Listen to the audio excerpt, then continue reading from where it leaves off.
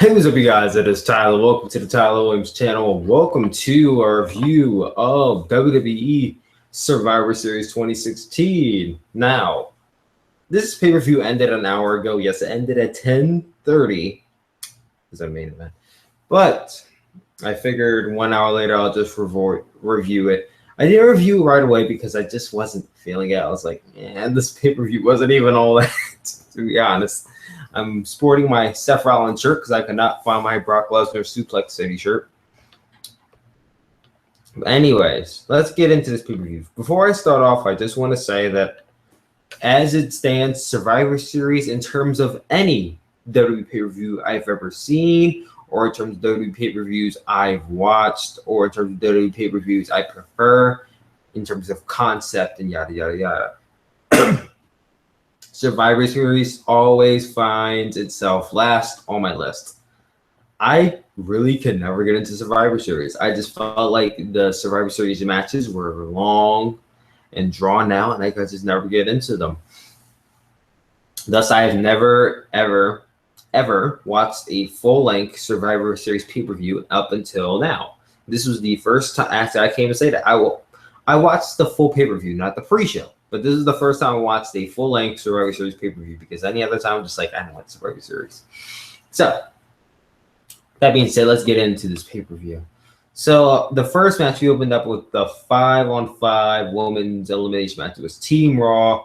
I believe it was Nia Jax, Alicia Fox, Charlotte, Bayley, and Sasha Banks versus Team SmackDown, Nikki Bella, Naomi, Alexa Bliss, Becky Lynch, and Carmella. Now, Nikki Bella was injured, somehow attacked backstage, which led to her being replaced by Natalya. This match was okay. Nia Jax was like a beast in this match. I think she eliminated like 2 or 3 people in this entire match. Nothing else really stood out in this match. It was nothing spectacular. I believe the sole survivors were Charlotte and Bayley, and Charlotte didn't really do anything in the match. It all came to a climax when Charlotte attacked Bayley at the end of the match, but that's really all there is to it. There really was nothing special about this match. So yeah, Team Raw wins. Then we have The Miz versus Sami Zayn for the Intercontinental Championship. Now, I was completely wrong. I thought Sami Zayn was going to get the win and, you know, whatever. But to my surprise, The Miz picked up the win in this match with Maryse. That damn Maryse. Always getting involved in these matches and giving The Miz the win, basically. Maryse sticking her nose in the match once again. She rang the bell, signaling that the match was already won, but, you know, no one tapped out or anything. Everyone in Montreal, everyone in Toronto thought it was a screw job, and I'm like, are you serious? You're not going to do this whole screw job thing in Canada like they seem to always want to do. I feel like WWE has a tendency that, oh, we're in Canada, let's do a screw job finish. Because has it just me, or does it seem like WWE always seems to want to do that? That's just me. Might be just me. But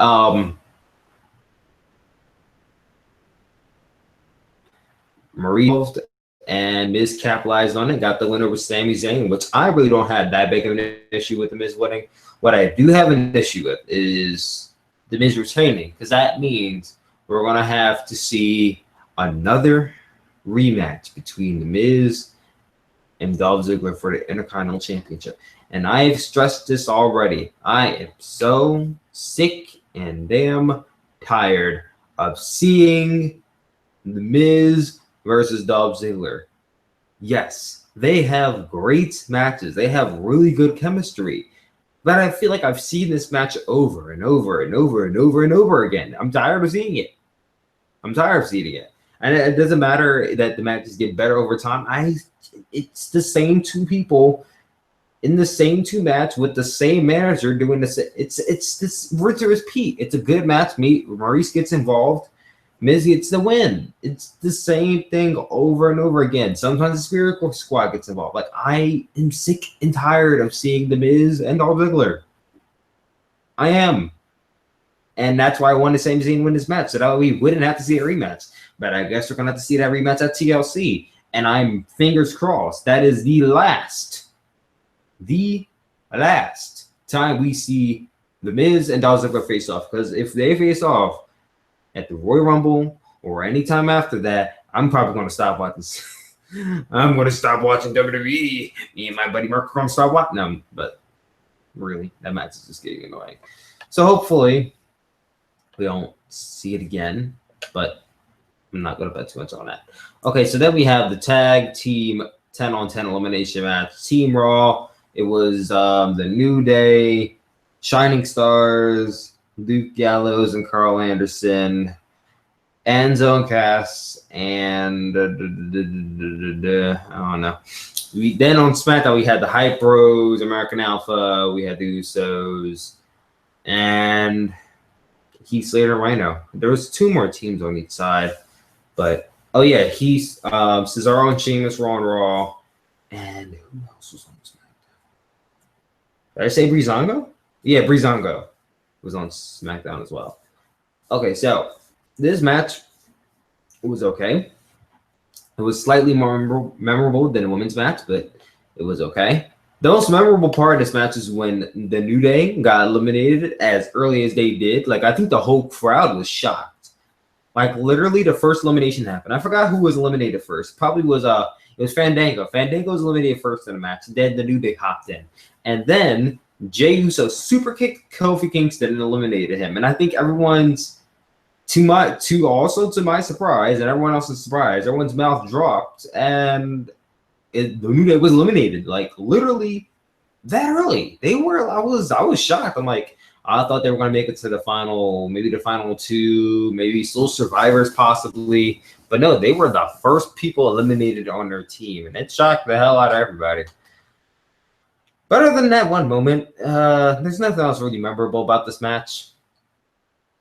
The Soul Survivors were on Raw, and that was Cesaro and Sheamus. And Team Raw got the win again. So, yeah, Team Raw gets the win.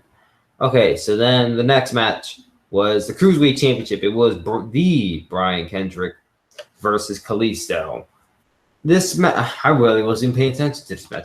What happened? Like, I just want to know what happened. Seriously, I feel like the Cruiserweights are something to watch every single week. But I feel like lately they've just been slipping, and I've been getting less interested in the Cruiserweights. I don't know about you guys, but it's not the Brian Kendrick, because Brian Kendrick is an amazing wrestler. He can put on great matches. So I know it's not Brian Kendrick, but it must be the restrictions that they have. And that's why it's like, I feel like they're not doing enough. Well, not doing enough for me, at least. But I feel like they could be doing more, and that's probably why I'm not that interested. Now, this whole 205 Live thing is going to be happening next Tuesday. I'm very excited for that, because I hope we're going to have less restrictions. They can go all out and do whatever the hell they want. Do what they did on the Cruiserweight Classic. That's what I'm hoping is going to happen. And we're going to see some great wrestling. I don't want to see all the storylines going on. Maybe you could have one storyline, which is the Cruiserweight Championship. Maybe a few interactions, few backstage segments, a few segments here and there. But I want to see hard-hitting action with the 205 Live. But anyway, we're not talking about that. So, Brian Kendrick retains his title after Baron Corbin gets involved in this match, causing a DQ finish. And I was like, okay, so the feud between Kalisto and Baron Corbin continues, but it was very unnecessary for Baron Corbin to get involved in this match. Besides the fact, that was kind of that match. It wasn't anything memorable. Then we get to the 5-on-5 elimination match. Team SmackDown, the WWE Champion AJ Styles, Dean Ambrose, who else? Randy Orton, Bray Wyatt, and Shane McMahon versus Team Raw, Seth Rollins, Roman Reigns, Kevin Owens, Chris Jericho, and Braun Strowman. This match is the exact reason why I do not like to watch Survivor Series. This match, I think, went on for like 45, 50 minutes. Like I was watching it first 10 minutes. I'm like, all right, I'm gonna try to focus. Try to focus. 5 minutes after that, nothing, no elimination. 5 minutes after that, no elimination. I'm still trying to keep my focus. Still trying to keep my focus. The wrestling is okay, and it seems like there's a brawl every few minutes. We got elimination here and there, and then I'm just like, I just lost my train of focus. I just stopped focusing on the match. Like this match is the exact reason why I do not like Survivor Series. I don't know what it is. I think it's just that this match, they generally love to make this match very, very long because of the star power in the match. And that's perfectly understandable. But for people like me who I can watch a pretty lengthy match, given that there are enough spots in the match to keep my attention. There weren't spots. It was just brawling between brands to keep my interest, and that wasn't really working. It only worked before so long before I just said, I'm tired of watching this. And then I just went about my day and did something else. I literally went back in my room, started playing WWE 2K17, came back in here to check and see what went on. And when I saw nothing was happening, I went back in my room. And then I was like, all right, I'll just come back in here, try to stick out the rest of the match. And I just couldn't. I could not with this match. I could rate this match, but literally I was not focusing on this match at all.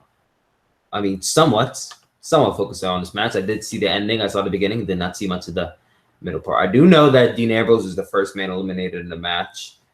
After Dean was Braun, then Kevin Owens, then Chris Jericho, then Shane McMahon, then AJ Styles, then Seth Rollins, and then Roman Reigns. What?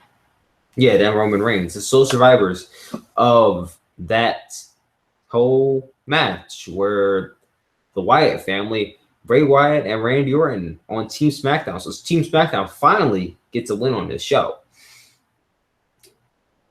I'm going to see how long they stretch out this whole Wyatt family, Randy Orton, Bray Wyatt feud out for.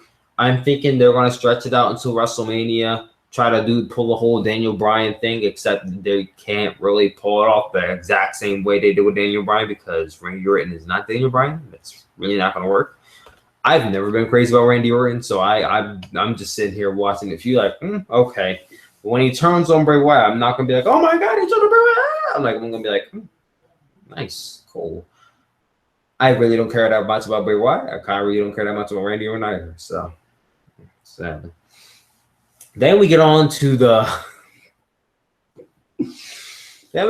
main events, the main squash of the evening.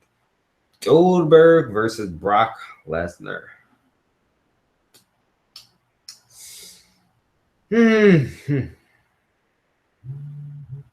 I see a lot of people online that were very adamant to jump to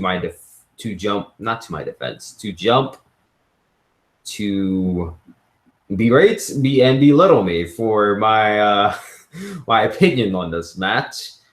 Honestly, I was not very pleased with the finish of this match. I did not think that Goldberg should have squashed Brock Lesnar the way that he did. Don't get me wrong. Goldberg beating Brock Lesnar, that I am not really angry about. I think people need to get this right. I'm not angry that Goldberg beat Brock Lesnar. That did not anger me. What angered me was that this match was a minute 25 seconds, a minute 30 seconds. It was under 2 minutes.